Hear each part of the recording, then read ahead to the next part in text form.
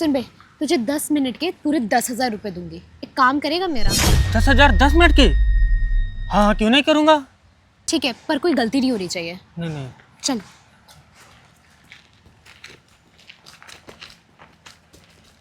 अ, वो लड़का दिख रहा है तुझे? कौन सा, वो शर्ट वाला? हाँ, हाँ। तुझे ना एक काम करना है, तुझे उसके पास जाना है और तुझे एक चीज़ बोलनी है उससे।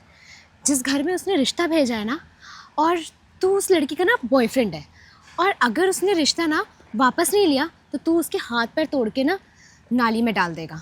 तुझे बस इतना बोलना है, फिर मैं तुझे ना तेरे पूरे 10,000 रुपये दे दूँगी। लेकिन मुझे कोई दिक्कत तो नहीं होगी? अरे नहीं ना, मैं बोल रही हूँ ना, तुझे बस इतना बोल के आ जाना है, ठीक है?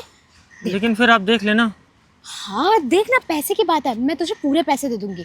तुझे ना बस इतना ही बोलना है, और ध्यान रहे उसको बिल्कुल भी शक नहीं होना चाहिए। नहीं नहीं, शक नहीं होगा। हाँ ठीक है, जा।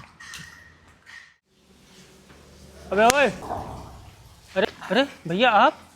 हाँ, क्या हुआ बोल। अरे भैया, आपने किसी घर रिश्ता भेजा है क्या? हाँ, वो घर वालों ने कोई रिश्ता देखा होगा। और वैसे भी लड़के वाले कब से रिश्ता भेजने लगे भाई?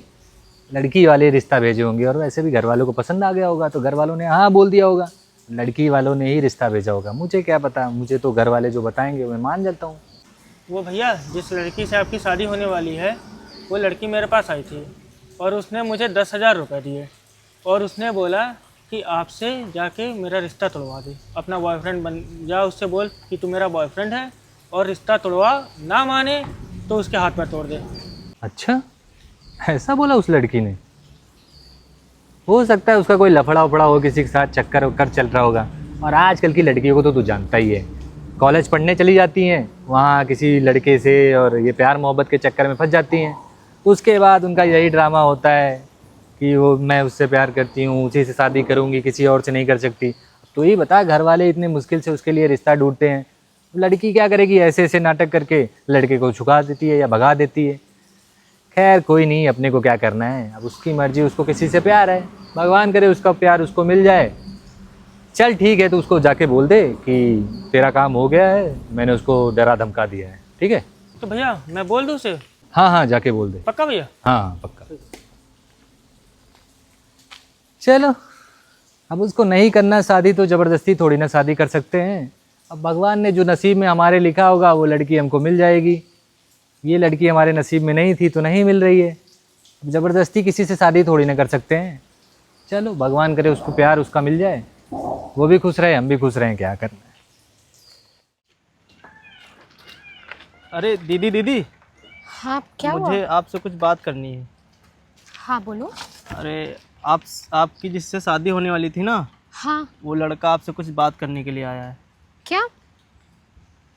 पर मैंने तो उसे मना करवाया था ना, कहीं उसे डाउट तो नहीं हो गया कि वो सब काम मैंने करवाए थे?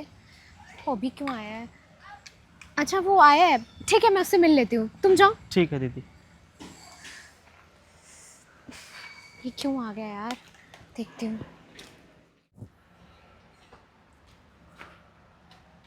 हेलो। हाय। आप मिलने आए हैं तो मुझे लगा आप इतना कुछ ज़रूरी काम होगा आपको। हाँ, मुझे कुछ तुमसे बात करनी थी।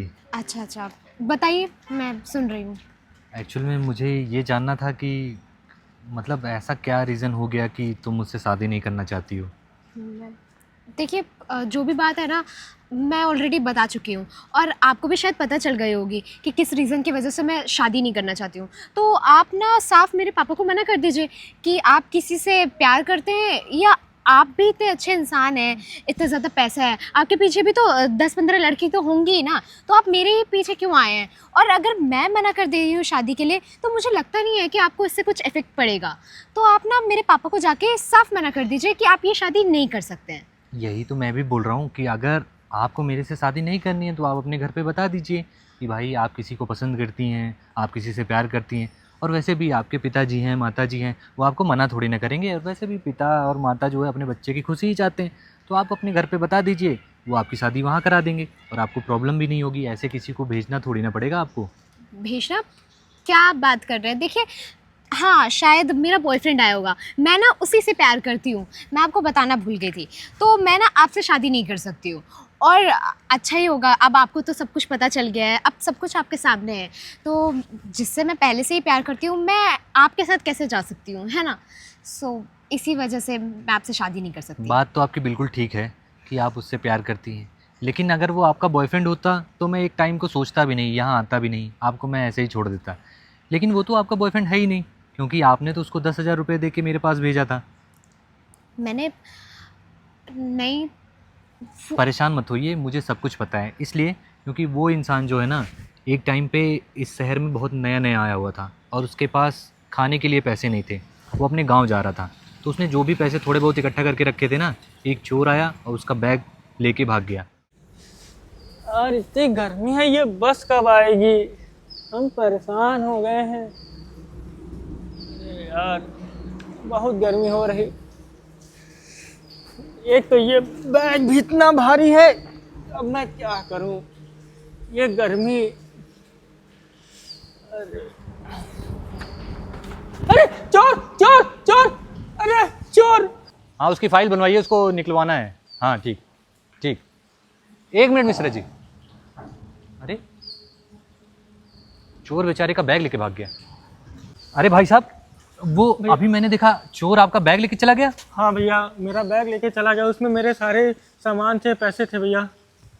तो भाई साहब अब परेशान मत होइए, अब तो लेके चला गया, क्या कर सकते हैं। अरे नहीं भैया, उसमें मेरी बहन की शादी है गांव में, मैं कमा के आया था, सारे पैसे उसमें थे। अरे यार ये तो बहुत बुरा हुआ।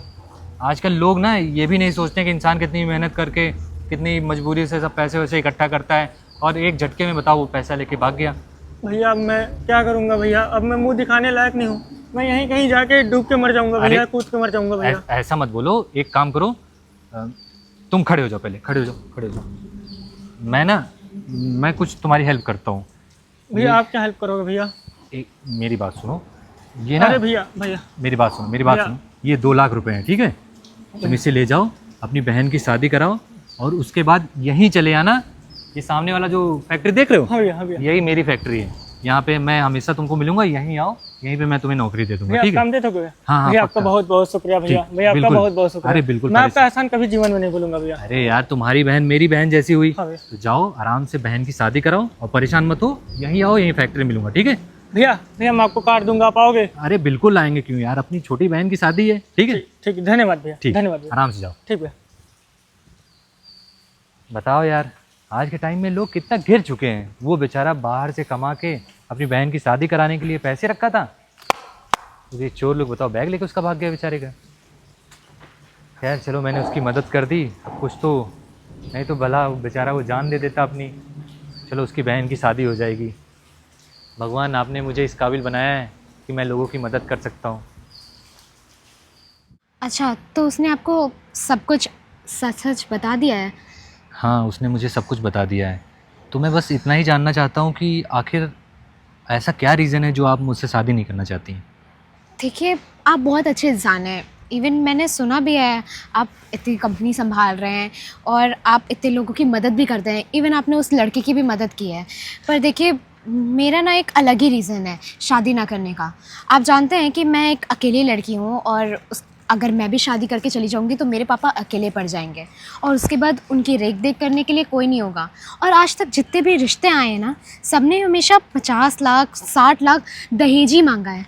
अब मेरे पापा जो इतने सालों से उन्होंने मेहनत की है, जमा पूंजी कलेक्ट करके रखी थी, वो ऐसे ही थोड़े ना किसी को दे सकते हैं। और मैं ना उनके ऊपर ना कुछ बोझ नहीं बनना चाहती हूँ, इस वजह से मैंने ना आपको शादी के लिए मना कर दी। और अब तक जितने भी लड़कियों के रिश्ते आए ना, मैं हमेशा ऐसे ही करते आई हूँ ताकि वो लोग सामने से आके मना कर दें। अब आप खुद भी सोचिए ना कि एक अकेली लड़की किसी भी परिवार पे बोझ तो बनना नहीं चाहेगी। उसके बाद मेरे जाने के बाद मेरे पापा को कौन देखेगा? मेरे आगे पीछे तो कोई भी नहीं है ना। तो देखो, ऐसा होता है अक्सर, लड़कियों को तो शादी करके जाना ही पड़ता है दूसरे घर, और तुम्हें भी जाना पड़ेगा। आज नहीं तो कल तुम्हें शादी करनी ही पड़ेगी। और तुमने अपने पिताजी के बारे में इतना कुछ सोचा, इतना अच्छा सोचा, ये विचार मुझे बहुत अच्छे लगे। तो मैं तुम्हें ये चीज़ बता दूं कि हम लोग भी दहेज में बिल्कुल विश्वास नहीं रखते हैं, और मैं तो 1 रुपये में भी शादी करने के लिए तैयार हूँ। बस ये जान के अच्छा लगा कि तुम अपने पिताजी के बारे में इतना सोचती हो और ये सोच के तुम शादी नहीं करना चाहती हो। ये सारी चीज़ें मुझे बहुत अच्छी लगी। मतलब आप बिना दहेज लिए शादी करने को तैयार हैं? बिल्कुल। लेकिन ऐसे कैसे? गेस्ट हाउस, खाने पीने का खर्चा आप कैसे देखेंगे सब कुछ? देखिए, भगवान ने हमें पहले से ही इतना सब कुछ दे रखा है, तो अगर मैं किसी बाप पे ऐसे बोझ बनूंगा, अब कल को बाई चांस उनके पास पैसा नहीं हुआ, उन्हें कर्जा लेना पड़ेगा और बहुत सारी चीज़ें हैं। अब भगवान ने मुझे दे रखा है तो मुझे और पैसों की ज़रूरत नहीं है, मुझे ना बस एक सच्चे पार्टनर की ज़रूरत है। अगर तुम चाहो तो तुम मुझे मेरे से शादी कर सकती हो। ठीक है, मैं इसके बारे में पापा को ज़रूर बता दूंगी। और आप तो आज मिलने भी आ गए हैं और हमारी बात भी हो चुकी है, तो आई थिंक मैं इस रिश्ते के लिए हामी कर सकती हूँ। तो फिर तैयारियां करो, बारात लेके मैं आता हूँ। जी ठीक है, आप चलिए, मैं आपके घर आती हूँ मेरे घर? रिश्ता लेके। जी ठीक है, बाय। बाय। तो गाइस, जैसा आप देख रहे हैं कि आज के टाइम में ऐसी लड़कियां मिलना बहुत मुश्किल है जो अपने से ज़्यादा अपने पिताजी के बारे में सोचती हैं। तो आज की जनरेशन से मैं बस इतना ही कहना चाहूँगा कि बेफिजूल खर्चे ना करें, और हो सके तो अपने खर्चों के बारे में करने से पहले एक बार ज़रूर सोचें कि उनके पिताजी या उनके माताजी की परिस्थिति कैसी है। तो अपने घर वालों का ध्यान रखें, और अगर हमारी वीडियो अच्छी लगी तो वीडियो को लाइक करें, कमेंट करें और ज़्यादा से ज़्यादा शेयर करें।